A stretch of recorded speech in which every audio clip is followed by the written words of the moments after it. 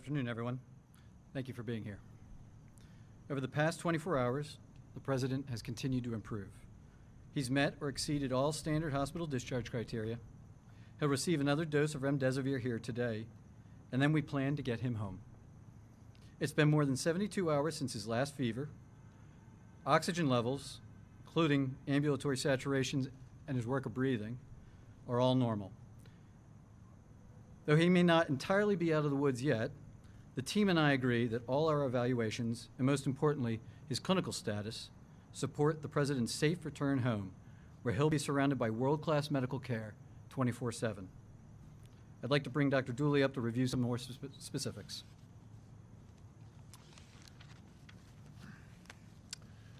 Good afternoon. Just a brief update this morning. As Dr. Connolly mentioned, the President continues to do very well. His vital signs this morning were notable for a temperature of 98.1. His blood pressure was 134/78. A respiratory rate of 17 respirations per minute. His heart rate was 68 beats per minute. And his last oxyhemoglobin saturation was 97% on room air. He currently does not endorse any respiratory complaints. And aside from our evaluation with the multidisciplinary team this morning, has maintained a full schedule, ambulating and working on the White House medical unit. I'll now turn it over to Dr. Garibaldi to again discuss therapeutics. Thanks. Hi, good afternoon. And again, I just wanted to echo the sentiment of what an honor it is to be part of this wonderful team here at Walter Reed. Yesterday evening, the President received his third dose of remdesivir. He tolerated that infusion without difficulty, and his kidney and liver function continued to be normal. Our plan is to give the fourth dose of remdesivir this evening before he goes back to the White House, and we've made arrangements to deliver the fifth and final dose of his treatment course at the White House tomorrow evening. He continues on dexamethasone, and again, the plan for today is to continue to be up and out of bed, eat and drink, and work as he is able. And I'd like to turn it over to Dr. Jason Blaylock, who's an infectious disease specialist and the Chief of Medicine here at Walter Reed, to give some updates on infection control. Thank you. Good afternoon, everyone. First of all, I just want to say what an honor it's been to be part of this medical team behind me and to care for the President. Since the President's arrival at Walter Reed, he's received medical management that remains in line with national clinical societal guidelines for treatment of COVID-19 infection. In addition, both myself and Dr. Wes Campbell have worked very closely with various laboratories in the area, state-of-the-art facilities to include USAMRIID and RARE on obtaining advanced diagnostic testing to really inform the White House medical team of both the status of the President as well as his ability to transmit virus to others. Also, we have worked very closely with the Walter Reed team to ensure that we are looking very closely at infection control prevention strategies and the right posture so that the President can safely return to his residence. And with that, I'm going to turn it over to Dr. Conley, who will answer any final questions. Thanks, Jason. I mentioned it Saturday, but I'd like to reiterate myself just how grateful the President and I are to the men and women of Walter Reed, our colleagues at Johns Hopkins, as well as the many federal, private institutions that we've received support from. And so long as everything continues on the track that we're experiencing right now, this time, as the President already tweeted out, is to get him home later today. With that, I'll take a couple questions. The President be discharged back to the White House when he was given steroids. You've said that he's still on those steroids. Those are medicines, as you know, that are usually given to COVID patients who are on ventilators or with low oxygen. So did you overtreat him? And if he's still on that medication, how is it safe for him to return to the White House? So we send patients home with medications all the time. In fact, yesterday afternoon, he probably met most of his discharge requirements safely from the hospital. And he's returning to a facility, the White House Medical Unit, that's staffed 24/7, top-notch physicians, nurses, PAs, logisticians, and the unit here, the team here behind me is going to continue to support us in that nature. Yes? Dr. Conley, what infection control measures are you taking? And how was it safe for him to drive around in a cloth mask yesterday? And how is it safe for him now to return to the White House where there have been so many cases? How is any of this safe? So the President has been surrounded by medical and security staff for days wearing full PPE. And yesterday, the U.S. Secret Service agents were in that same level of PPE for a very short period of time. We've worked with our infectious disease experts to make some recommendations for how to keep everything safe down at the White House for the president and those around him. We're looking at where he's going to be able to carry out his duties, office space, and I'll just say that it's in line with everything we've been doing upstairs for the last several days. Can you tell us, please, on testing, can you tell us when he had his last negative test? Was it Thursday? Was it Wednesday? Do you remember when he had his last negative test? I don't want to go backwards. Contact tracing for people who are around him to know I understand. when he The contact tracing, as I understand it, is being done. I'm not involved in that. So. Why did you begin the recommendation that he leave, or was this something he pushed for? No. So we try to get patients home and out of the hospital as quickly as is safe and reasonable. Every day a patient stays in the hospital unnecessarily is a risk to themselves. And right now there's nothing that's being done upstairs here that we can't safely conduct down home. You said that 7 to 10 days was a window that you'd be concerned about. I don't think we're there yet. So do you have concerns about potential worsening or reversal, and what are your plans for addressing that if it were to happen? You're absolutely right. And that's why we all remain cautiously optimistic and on guard because we're in a bit of uncharted territory when it comes to a patient that received the therapies he has so early in the course. So we're looking to this weekend. If we can get through to Monday with him remaining the same or improving, better yet, then we will all take that final deep sigh of relief. But as I said, 24/7 world-class medical care surrounding him down there.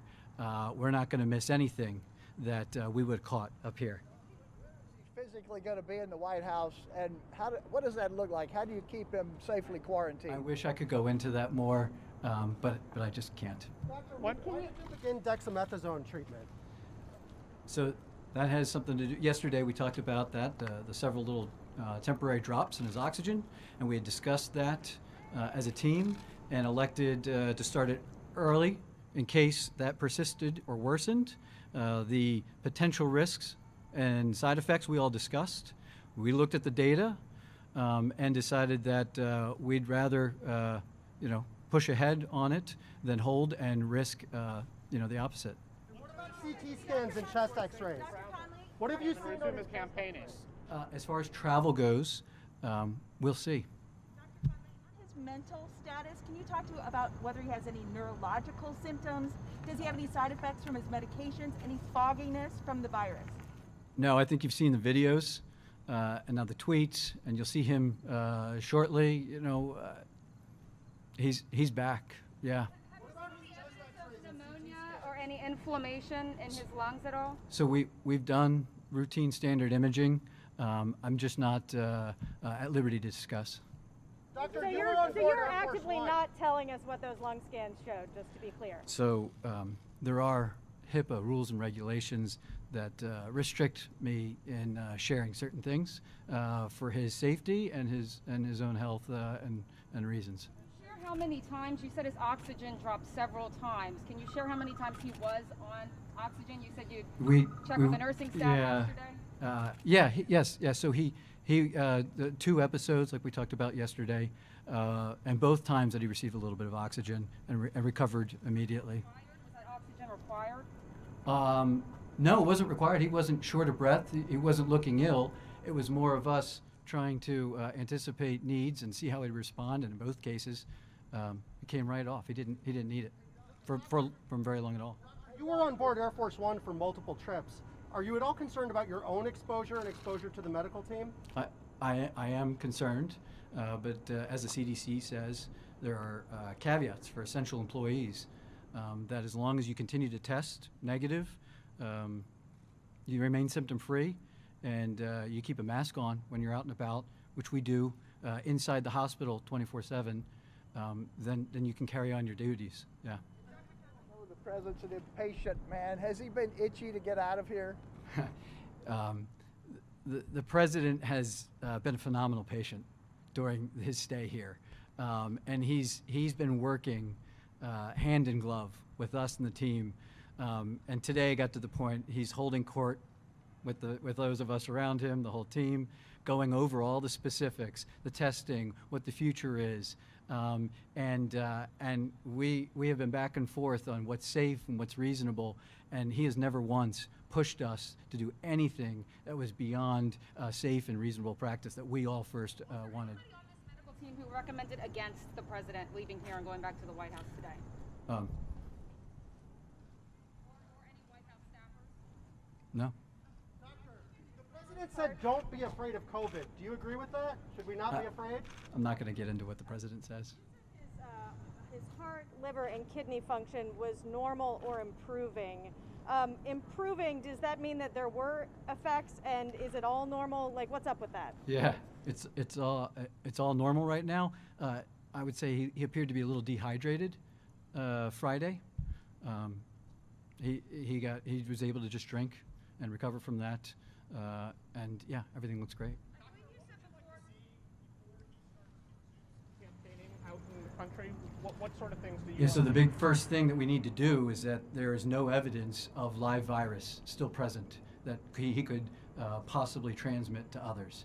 And that's what the infectious disease experts and some of our partners, military civilian entities, doing some of these advanced diagnostics just to see as soon as we can identify that. Routinely, we talk about a 10-day window, CDC guidelines, but we're checking him more routinely than just waiting 10 days. There's a possibility it's earlier than that. There's a chance that it's a little bit later, but we will know as soon as possible. And then we will look at him clinically. How are you feeling? How are you doing? Why have you decided not to administer hydroxychloroquine to the president during his time here? I'm not going to go into all of our debates about specific medicines and therapies. There are dozens of therapies that we were made aware of, that we considered, that we discussed and debated and looked at, the existing literature on, and this is the regimen we chose. Hydroxychloroquine. In terms of COVID, is he having some of the muscle aches? Has he lost his sense of taste and smell?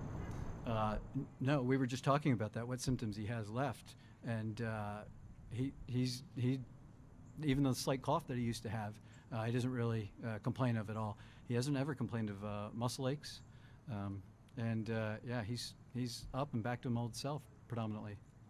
Next Monday, just to be clear, how long will he still be actively shedding the virus?